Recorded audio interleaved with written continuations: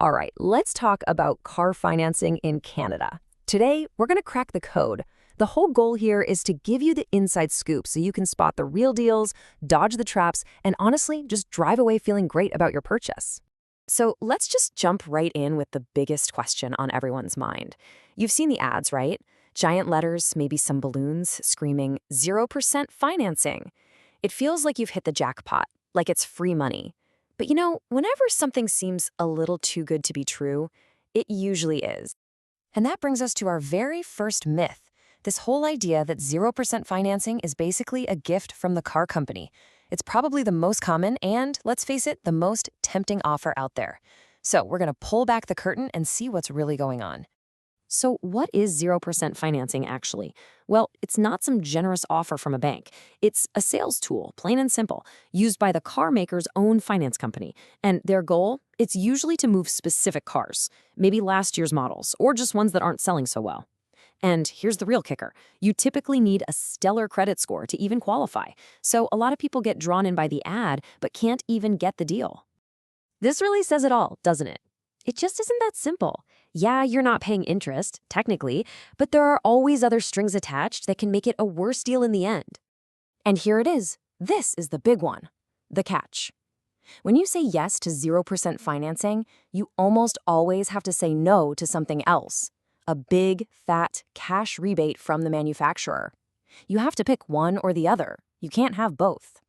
Let's just run the numbers with a quick example to see what I mean. Let's say you're buying a $30,000 car. Now look at option A. You take the $5,000 cash rebate right off the top, so you're only financing $25,000. And even with a totally normal 5% loan, your total cost after 5 years is $28,300.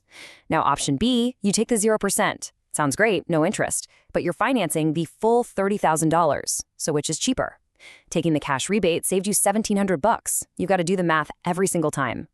Okay, on to myth number 2. You see a price online, you go in, you haggle, you agree on a number, and then you see the final bill, and suddenly it's thousands of dollars higher. What is going on? Let's talk about all those extra fees. All right, so to be fair, some of these fees are totally legit. You've got freight and PDI. That's the real cost of shipping the car to the dealer and getting it prepped.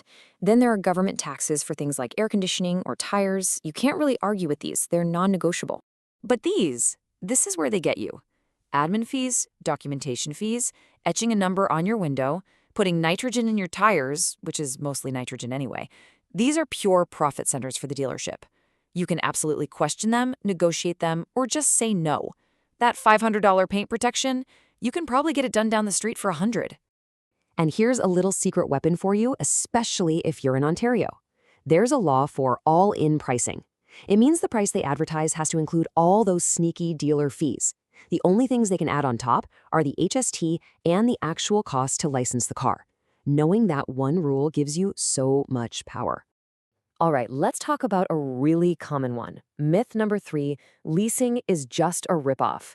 You're just renting a car and throwing your money away, right? Well, a lot of people think that, but it's not always true. For some people, it can actually be a really smart financial move, especially if you like having a new car every few years. So if you want to understand a lease, you have to understand this one weird term they use, the money factor. It's literally just the interest rate, but they show it as this tiny little decimal, like 0.00250, just to make it confusing. But here's the trick. It's so easy. You take that money factor, whatever it is, and you multiply it by 2,400. That's it. That number is the interest rate you're actually paying. So a money factor of 0.00250 is a 6% APR. Now you can actually compare it to a loan and see if it's a good deal. So what's right for you? Well, with leasing, you get lower payments and you're protected from the car's value tanking. With buying, hey, you own it at the end. It's an asset and there are no mileage limits. It really just depends on what you value more, lower monthly costs or long-term ownership. And that brings us to our last myth. And honestly, this might be the most dangerous one of all. The dealership focuses all your attention on that one magic number, the low monthly payment. But to get there, they might stretch your loan out to 7, even 8 years. And that leads to a really nasty financial trap called negative equity. What is negative equity? It's really simple. It's when you owe more money on your car than the car is actually worth.